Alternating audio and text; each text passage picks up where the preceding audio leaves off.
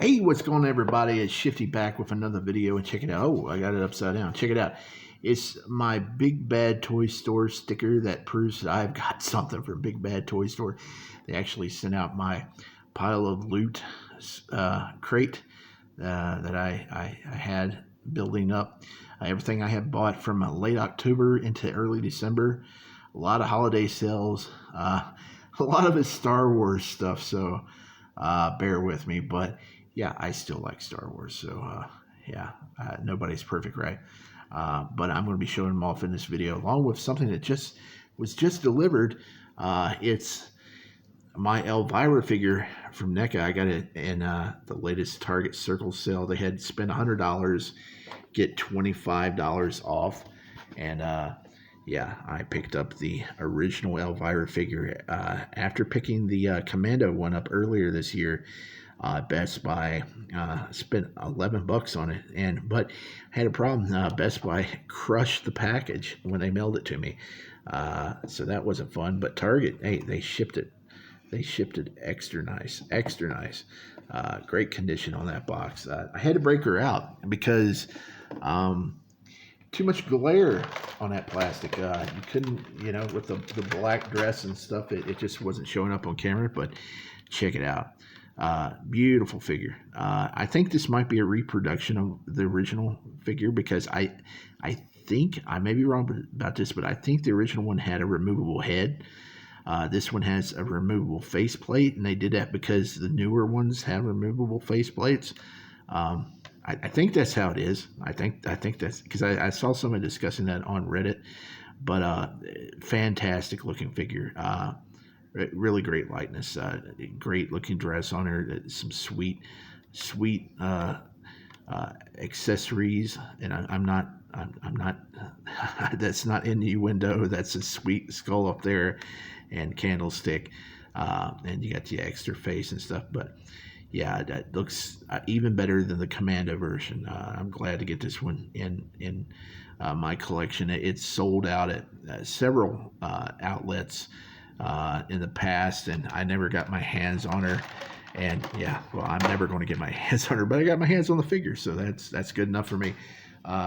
Yeah, so hey, let's keep the NECA ball rolling with the first in my Big Bad Toy Store pickups. It's Earl Sinclair.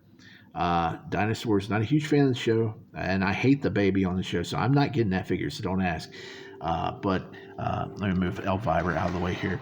But this figure, man, I like the character, and I saw him at Walmart when he first came out. They had it, and it was like $36, and I was like, nope, can't afford that. And I wasn't really collecting at the time when this came out, so I definitely wasn't going to pick it up then. But man, now, yeah, I got it for $21.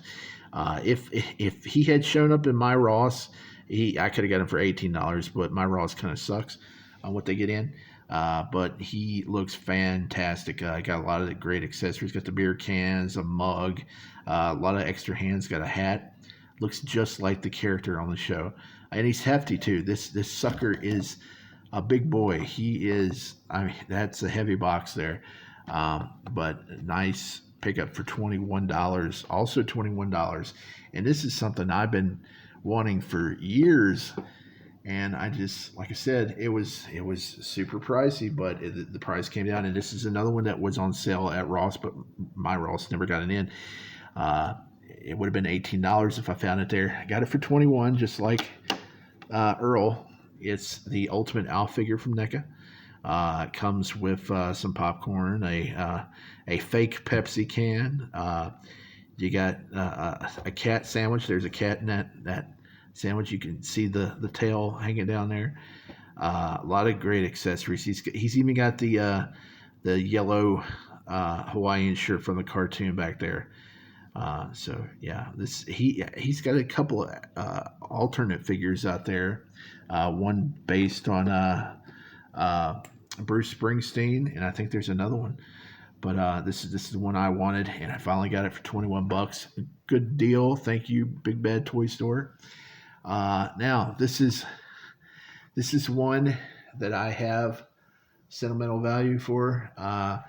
when I was 6 years old, my mother was a huge watcher of the 700 Club, and Pat Robertson.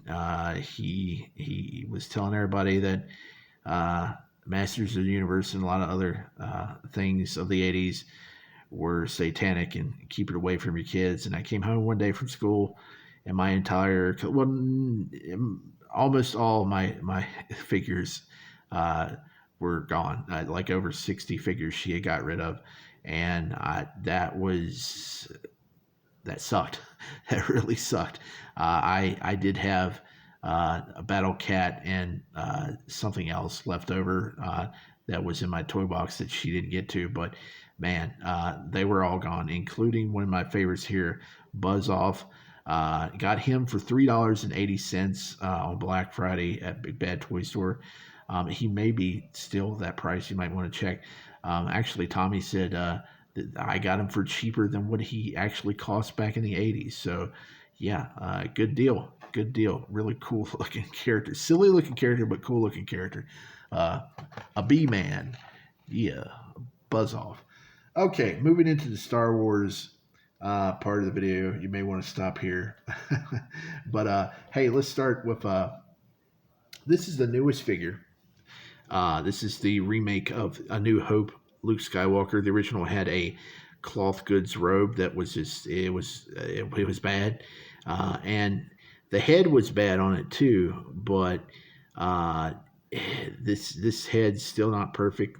Um, it's better, but it's kind of, it looks like it's based on the pictorials or promotional pics that they made between A New Hope and Empire Strikes Back, where they had Mark Hamill in his original attire, but it was after he had his car accident, so he didn't have the same likeness. Yeah, so I think what I'm going to have to do is get one of the medal ceremony Luke Skywalkers and swap his head out. Those are pretty cheap to get your hands on, so I may have to swap heads. He's got extra long neck on that body too. I don't know if that's going to be a problem, but the new robes, the plastic robes, that looks so much better on this figure. I got it for like 15 and change. Usually goes for 26 on their site. At GameStop, the sucker's like $30, so that was a pretty good savings, like 50%. So good deal there. Good deal, even though there's issues. Actually, there's issues with a lot of these figures because some of these they came out before Hasbro got the face printing technology down, and this is Axe Woves.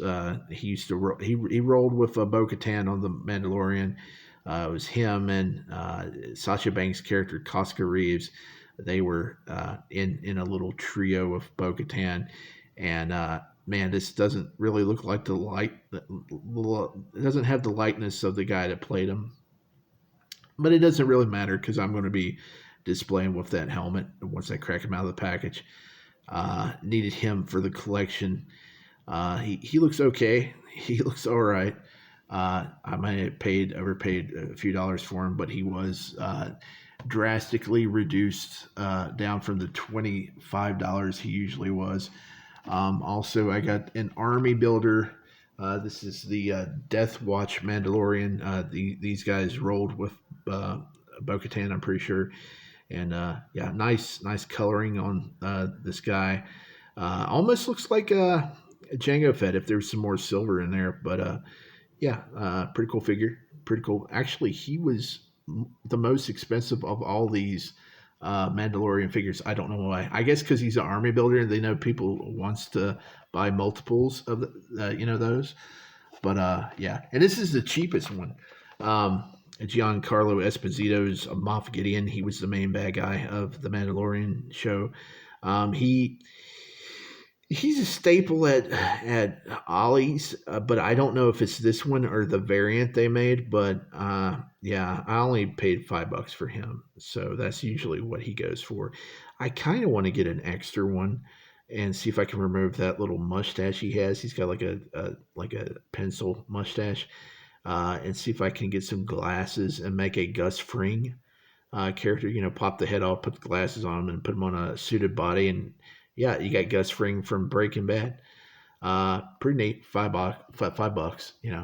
Uh, little good little addition. Now these last two are they were usually $35 figures. They're deluxe Star Wars figures, but they weren't worth 35. It just just because they have a couple of extra accessories in the box, they thought they could get $35 of them. They just sat. And like I said, this is before they got the face printing technology down. This is supposed to be Timothy Oliphant's character. This is Cobb Vanth. He got his hands on Boba Fett's armor for some Jawas, and he used it to be a sheriff of a small town in Tatooine. And Mando came up into town. And he's like, "You're not a full-blooded Mando, and you don't subscribe to the creed of the Mandos, so I got to get that armor back."